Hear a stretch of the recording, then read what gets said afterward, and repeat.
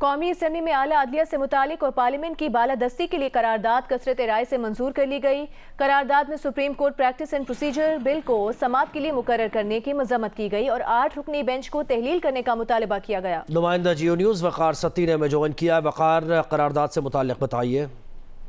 جی، 2 اہم ترین آج ایشوز سے قومی اسمبلی میں۔ ایک تو سب سے پہلے قومی اسمبلی نے قرارداد کے ذریعے supreme court practice and procedure bill پر 8 رکنی بینچ مسترد کرتے ہوئے اسے فوری تحلیل کرنے کا مطالبہ کیا ہے اور اتفاق رائے سے منظور کردہ قرارداد میں پارلیمنٹ کے آئین سازی اور قانون سازی کے اختیار میں سپریم کورٹ کی مداخلت پر تشویش کا اظہار کیا گیا ہے، جبکہ دوسری جانب قومی اسمبلی نے پنجاب اور خیبر پختونخوا کے انتخابات کے لیے 21 ارب روپے جاری کرنے کے لیے الیکشن چارج اخراجات بل 2023 مسترد کر دیا ہے اور قومی اسمبلی نے بل منظوری کے لیے پیش کرنے کی وزیر خزانہ اسحاق ڈار کی جو تحریک تھی وہ کثرت رائے سے مسترد کر دی ہے۔ جی شکریہ آپ کا وقار اس تفصیل کے لیے۔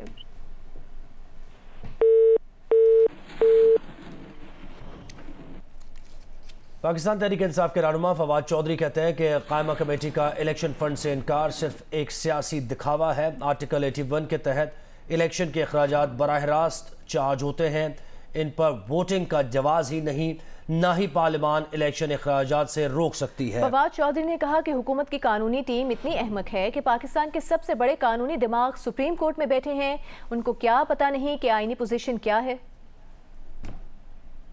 ترجمان الیکشن کمیشن نے کہا ہے کہ صدر کے الیکشن کمیشن پر حکومت کے دباؤ کے بیان کو مسترد کرتے ہیں۔ ترجمان الیکشن کمیشن کا کہنا ہے کہ نہ ماضی میں حکومت کا دباؤ قبول کیا اور نہ اب کریں گے۔ صدر مملکت کے بیان پر افسوس اور تردید کرتے ہیں۔ صدر کے بھارتی الیکشن کمیشن سے متعلق بیان سے کمیشن اتفاق کرتا ہے۔ امید ہے بھارتی الیکشن کمیشن کی طرز پر پاکستان کے الیکشن کمیشن کو صاف شفاف الیکشن کے لیے مطلوبہ اختیارات حاصل ہوں۔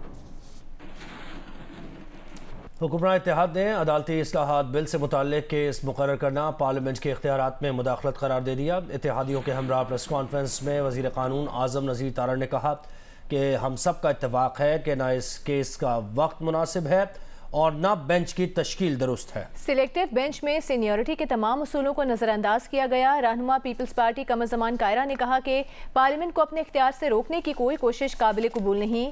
رہنما ایم کیو ایم امین الحق نے فل کورٹ بنانے کا مطالبہ کر دیا۔ ان کا کہنا تھا کہ پارلیمنٹ کی بالادستی پر کوئی سمجھوتہ نہیں کیا جائے گا۔ اے این پی رہنما میاں افتخار نے کہا کہ عدلیہ کے وقار کے لیے اس بینچ پر نظر ثانی کرنی چاہیے۔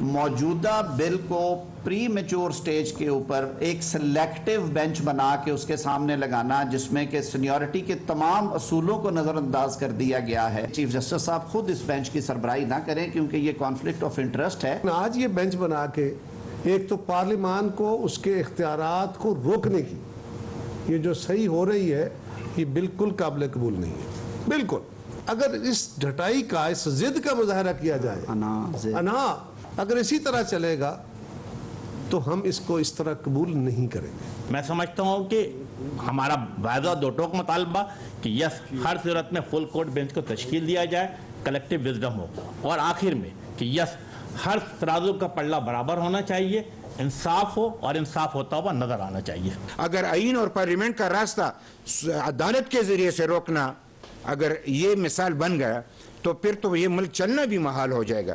خدا را ملک پہ رحم کرے، جج صاحبان اپنے اختیارات میں رہتے ہوئے اختیار استعمال کرے اور پارلیمنٹ کی سپرمیسی کو تسلیم کرے۔